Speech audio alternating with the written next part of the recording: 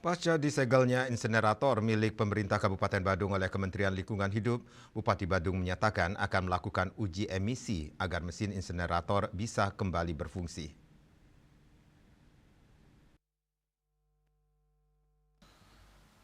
Bupati Badung Wayan Ade Arnawa mengatakan menghormati keputusan Menteri Lingkungan Hidup terkait penyegelan insinerator milik Pemkab Badung. Meskipun penyegelan itu dikatakan permanen, namun di daerah lain ada segel insinerator yang telah dibuka kembali. Maka dari itu pihaknya ingin mengikuti langkah daerah lain dengan cara mengikuti uji emisi untuk mengetahui ambang batas yang diizinkan oleh Kementerian Lingkungan Hidup. Hal ini penting dilakukan agar insinerator itu bisa berfungsi dan tidak terbengkalai.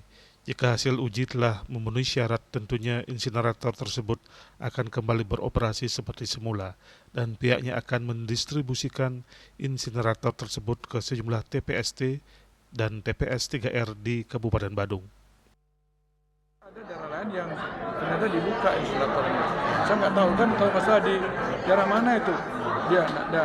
Tapi saya akan rencana, saya sudah perintahkan Pak Sekda dan PLT ya, untuk segera melakukan uji dengan apakah dengan Skovindo.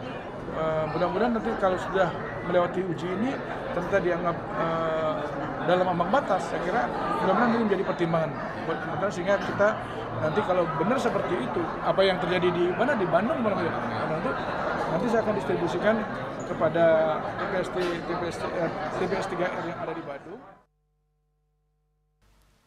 Bupati Badung juga tengah menyiapkan 3 teknologi pengolahan sampah lainnya untuk menyerap potensi 300 ton per hari yang dibuang ke TPS Wung. Ria Sobali TV.